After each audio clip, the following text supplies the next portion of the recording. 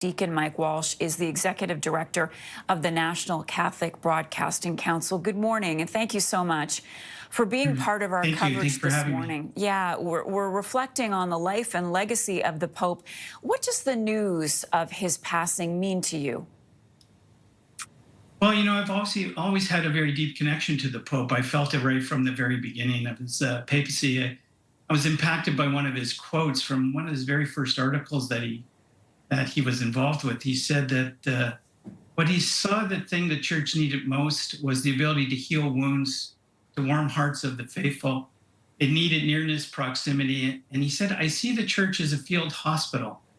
And I've been involved with prison ministry, actually, to ex-convicts in the community for 20 years.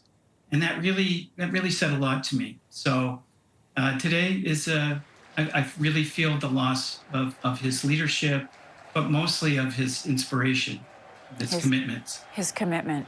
He would visit prisons, bathe the feet Yes. of prisoners. Yeah, that was one of the first things that really caught me. That was when he went to the washing of the feet, that he went to a local prison. And at that prison, he not only washed the feet of the everyone who was there. There was men, there was women, all different faiths and backgrounds. And so that was one of the main, I think, themes of his papacy, this idea of dialogue and unity, not only within the church, but reaching out to all of those on the margins. So, yeah, that really spoke to me. Even if you are not Catholic, what do you think you can take from his life and the way he lived his life? Well, I think he spoke to everyone, yeah, and you could see that in the trips that he would make, his outreach. And he said, listen, every person is a person of value, of great value, and we need to build bridges. And I think that they can take inspiration from that he was a Pope of great mercy. One of the first things he did was have the year of mercy. He took the name Francis, and Francis was, one of the great, if not the greatest saint after Mary, perhaps, but who was there for the poor and the marginalized. So there's much for non-Catholics really to see in this man and his work and his faithfulness and his spirituality. I think we can all take much from that. And the process will begin to choose a new pope in a few weeks. Maybe this is not the best choice of words, but everybody will understand it. Are there big shoes to fill following Pope Francis?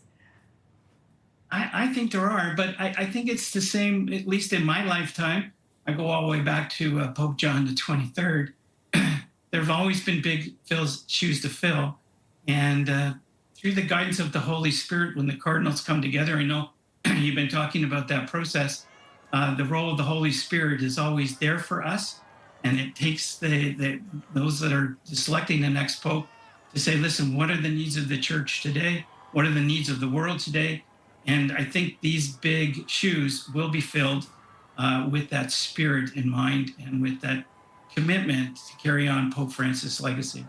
Beautifully said. Thank you so much for being with us today. Deacon Mike Walsh is the executive director of the National Catholic Broadcasting Council.